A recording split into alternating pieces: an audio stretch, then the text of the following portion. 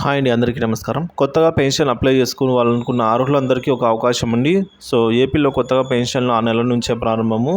మరి పూర్తి వివరాలైతే వీడియో ద్వారా తెలుసుకుందాం. వీడియోని ఎక్కడే కానీ స్కిప్ చేయకుండా ఎండ్ వరకు చూడండి. అప్పుడు ఇన్ఫర్మేషన్ పూర్తిగా అర్థమవుతుంది. వీడియో చూసిన ప్రతి ఒక్కరు వీడియోకి ఒక లైక్ చేయండి ఫ్రెండ్స్. వీడియోలోకి అయితే వెళ్తాము.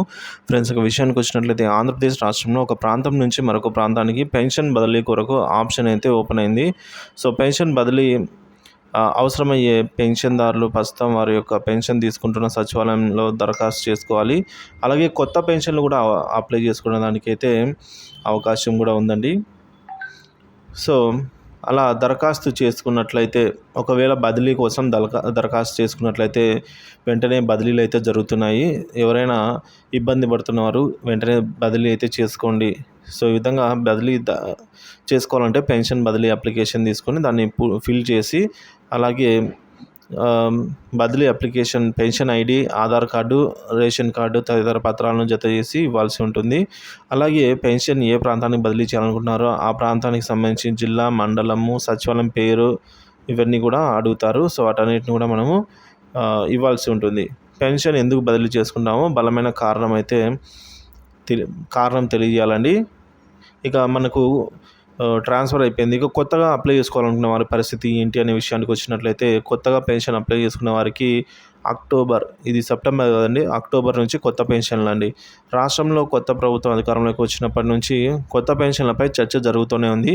పెన్షన్ కోసం దరఖాస్తు చేసుకున్న వారు ఆశగా ఎదురు చూస్తున్నారు. ఎందుకంటే వృద్ధాప్య, వితంతు, ఒంటరి మహిళ, ట్రాన్స్జెండర్స్, గీత కార్మికులు, మత్స్యకారులు వీళ్ళంతా నెలకు 3,000 నుంచి 4,000 వరకు 3,000 నుంచి పెరిగి 4,000 అయిందండి పెన్షన్. సో దివ్యాంగులకు పెన్షన్ 6,000కు, పూర్తి స్థాయి దివ్యాంగులకు 5 నుంచి 15,000కు, ఈ విధంగా తీవ్ర అనారోగ్యంతో బాధపడే వారికి కూడా ఈ విధంగా పెన్షన్లు అయితే పెంపుదల చేసిందనమాట కొత్త ప్రభుత్వం. రాష్ట్రంలో ఏడాది కొత్త పెన్షన్లు అయితే మంజూరు నిలిచిపోయింది. సో దీంతో సుమారుగా 3 లక్షల మంది పెన్షన్ల కోసం అయితే అప్లై చేసి ఎదురు చూస్తున్నారన్నమాట. వారందరికీ కూడా గత ప్రభుత్వ హయాంలో నవశకం పథకంలో భాగంగా ఏటా జనవరి, జూలై నెలల్లో కొత్త పెన్షన్లు మంజూరు చేస్తూ వచ్చేది. కానీ 2023 జనవరికి ముందు దరఖాస్తు చేసుకునే వారికి జూలైలో అనుమతి మంజూరు చేసిందనమాట. సో కాబట్టి జూలై 2023 జనవరి 2024లో పెన్షన్ మంజూరు చేయకుండా దరఖాస్తులన్నింటినీ గత ప్రభుత్వం అయితే పెండింగ్లో పెట్టేసింది. జూన్ 4వ తేదీ రాష్ట్రంలో టీడీపీ కూటమి అధికారంలోకి వచ్చింది. టీడీపీ కూటమి కూడా జూలైలో కొత్త పెన్షన్లకు ఆమోదించలేదు. ప్రస్తుతం దాదాపుగా 3 లక్షల కొత్త వాళ్ళు అయితే అప్లై చేసుకుని ఉన్నారనమాట. వాళ్ళందరూ కూడా ఎదురు చూస్తూ ఉన్నారు. అలాగే టీడీపీ ప్రభుత్వం వచ్చి 3 నెలలు కావస్తున్నప్పటికీ కొత్తగా పెన్షన్లకు దరఖాస్తులు అయితే స్వీకరించలేదు. కానీ దివ్యాంగ, వృద్ధాప్య, వితంతు, ఒంటరి మహిళలకు కూడా పెన్షన్ కోసం అయితే దరఖాస్తులు చేసుకునే అవకాశం కల్పించాలని అయితే కోరుతున్నారు. రాష్ట్రంలో ప్రస్తుతం ఒక 64,61,000 మంది పెన్షన్లు ఇస్తున్నారండి. సో వాటిలో ప్రభుత్వం ప్రతి నెల 2,729 కోట్ల రూపాయలను అయితే ఖర్చు చేస్తోంది.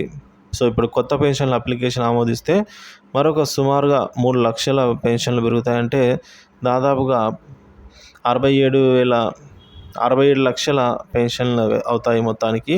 సో ఇటీవలే ఒక సమావేశంలో రాష్ట్ర అసెంబ్లీ స్పీకర్ అన్నయ్య పాత్రుడు కొత్త పెన్షన్లపై కీలక వ్యాఖ్యలు అయితే చేయడం జరిగిందనమాట. అక్టోబర్ నుంచి కొత్త పెన్షన్లు అందిస్తామని వెల్లడించారు ఆయన.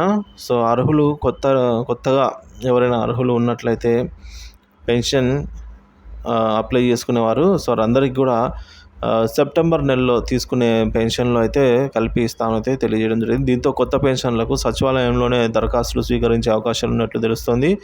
మరోవైపు అనర్హుల పెన్షన్ రద్దు చేస్తామని స్పీకర్ అన్నయ్య పాత్రుడు స్పష్టం చేశారు. అయితే ఇప్పటికే రాష్ట్ర ప్రభుత్వం పెన్షన్ బదిలీ చేసుకునేందుకు సచివాలయాల్లో దరఖాస్తు చేయాలని ఆదేశాలు అయితే జారీ చేసిన సంగతి మనందరికీ తెలిసిందే. సో ఇదే విధంగా కొత్తగా అప్లై చేసుకున్న దాదాపుగా 3 లక్షల మంది కూడా మళ్ళీ ఈ అక్టోబర్లో అయితే వాళ్ళందరికీ కూడా అప్రూవల్ అయ్యి వాళ్ళకి కూడా పెన్షన్ అయితే లభించే అవకాశం ఉందండి.